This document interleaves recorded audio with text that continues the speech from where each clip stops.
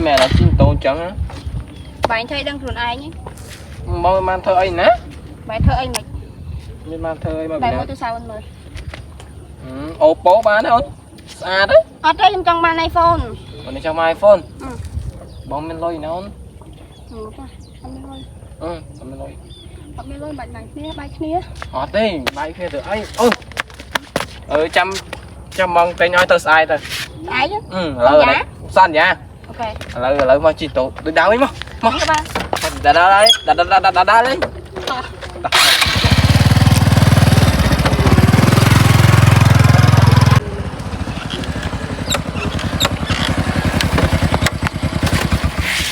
Trời má ơi, mình lôi ná là sẵn xa tia tu sạp thế đó là của lôi nào ban ơi mai có ọt lôi hay là không luôn miền hỏi chết lỡ à thường mấy vậy trời của tụi một mới vậy ảnh miền là still vậy dân đó dừng từ sông tiên sau bay mỏ thôi thời chắc ai chị ạ sẵn xa đang tin tu sạp ở sẵn xa bán đấy.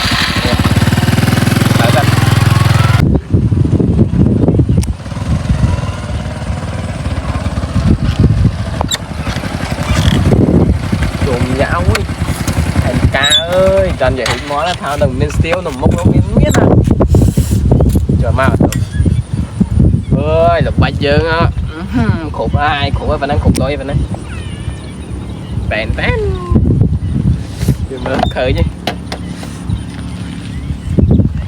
thời này xong tiến thằng cái này một chuyến xem bẹ bị lơ máu không cháy là khởi nhá anh tận miền lôi tình từ xã phải thằng xa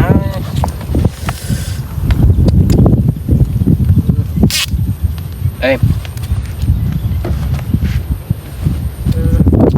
ơi bạn á ơi bọn họ lôi hơn ơi còn nào bán lôi lửa cốt lắm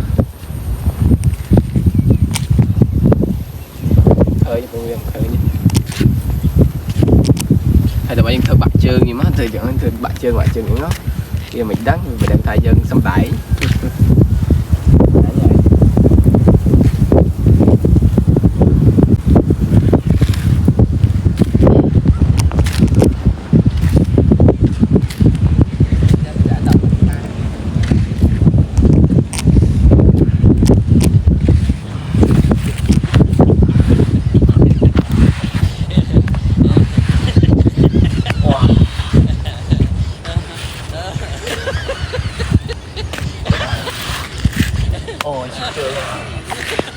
bò nào không thèm mỏi không con không thèm mỏi có thèm mỏi không có thèm mỏi không con tình mai không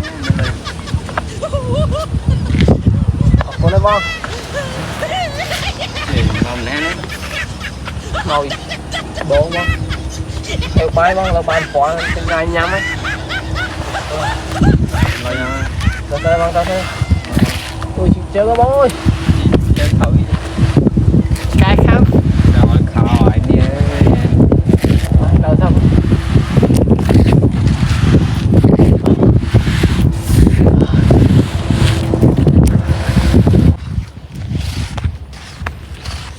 kiểu mà phụ tiểu anh lơ chơi má ơi nó bao video lên một con ém á con tập tin từ sáu ấy ố nè bữa nay phụ nó điệp lơ mấy bữa nữa đỏ bật chó thế này bàn bò nè bàn bò năng tin tôi sập iPhone 3 này rồi tầm một mới quay mình đã lúc tôi sạp anh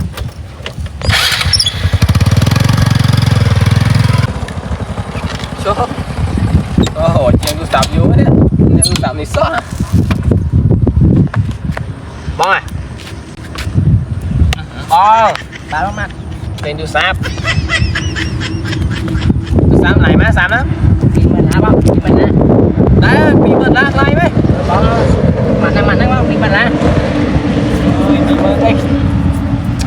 lại á ơi bọn sẵn nó xong cứng lỡ nhom thử ca chụp thằng xa hay nam mui thử chụp đoạn thằng xa tha ngay hồi lôi ở ban tầm mấy tuy sạp lỡ ôi men tem bón rồi lùi ô nó chưa bón như vậy kết mơ tao lụi vui máy nhá xào muối lụa Sò muối à?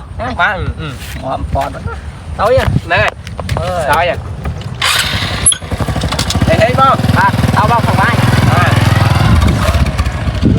Ngày nắng thằng sai ha tinh tôi sạp máu còn khơi nó tiếp đúng không